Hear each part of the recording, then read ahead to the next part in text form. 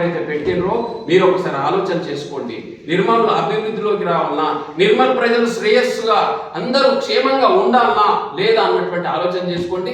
2 సంవత్సరాలు గడిచింది. 2 సంవత్సరాలు ఎవరేం చేసిరు, అంతకు ముందున్నటువంటి 9-10 సంవత్సరాలను ఏం చేసిరు ఒక్కసారి ఆలోచన చేసుకోండి. నిజంగానే మీరు చేసిందే కరెక్ట్, ఈ 2 సంవత్సరాలు ఇట్లనే ఉంది, ఇంకా మంచిగా ఇద్ది అని ఇట్లా నిజంగానే మీరు అనుకుంటే గుండె మీద చేసుకుని రాబోయే 3 సంవత్సరాలు ఇట్లనే చేయండి. నిర్మల్ అనేది నిర్మలంగా ఉండదండి, నిర్మల్ అనేది లేకుండా వెళ్ళిపోద్ది. రాబోయే రోజులలో సేమ్ ఇదే అతివృష్టి మాదిరిగానే ప్రజలు కూడా ఎటో ఎవరికి చెలనట్టు. ఎందుకంటే తెలిసిన వాళ్ళు ఏదైతే సోషల్ మీడియాలో పెడతారో, తెలిసినటువంటి వ్యక్తులు ఏదైతే ప్రజలకు చెప్పి పెడతారో, ఎవరైతే మీడియా ద్వారా ప్రజలకు చెప్తుంటారో అది ఎట్టి పరిస్థితుల్లో అది ప్రజా శ్రేయస్సు కోరేటటువంటిదై ఉండాలన్నటువంటి విజ్ఞప్తి చేస్తూ మరొక్కసారి ఇటువంటి పోస్టులు పెట్టేటప్పుడు ఆలోచన చేసుకోండి.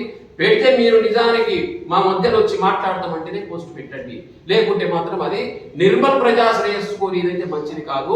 ఇంద్రకరణ్ రెడ్డి గారి ద్వారానే నిర్మల్ అనేది ఈ రోజు నిర్మలంగా ఎంతో అభివృద్ధిలోకి వచ్చి ఉన్నటువంటి దాంతోనే మేము మాజీ మంత్రి గారితో ద్వారా ఆ చెప్పినటువంటి పోస్టులు చూసి బాధతో ఈ రోజు మీ ముందుకు వచ్చి ఈ విన్నపం చేసుకోవడం జరుగుతున్నది.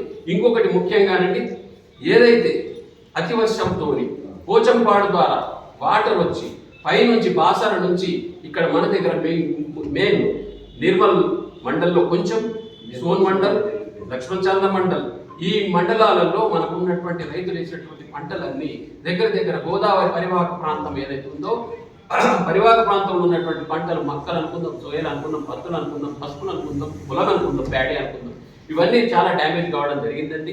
అది కూడా మాజీ మంత్రి గారి ద్వారా మేమందరం తిరిగి రావడం జరిగింది. చెరువులు కానీ అన్ని తిరిగి రావడం జరిగింది.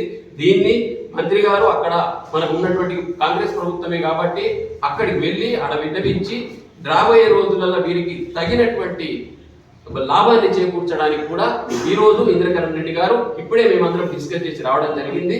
కాబట్టి ప్రజలకు కూడా ఒక విన్నపం, పోయిన దానికి వచ్చేటటువంటి రోజులలో మీకు కావలసినటువంటి దానికి మన ఇంద్రకరణ్ రెడ్డి గారి ద్వారా మీకు లాభాలు చేకూర్చడానికి, పంటలను రక్షించుకోవడానికి ఏం చేద్దామన్నటువంటి డెసిషన్ తీసుకోవడానికి కూడా మేమందరం ఆలోచన చేస్తున్నామండి.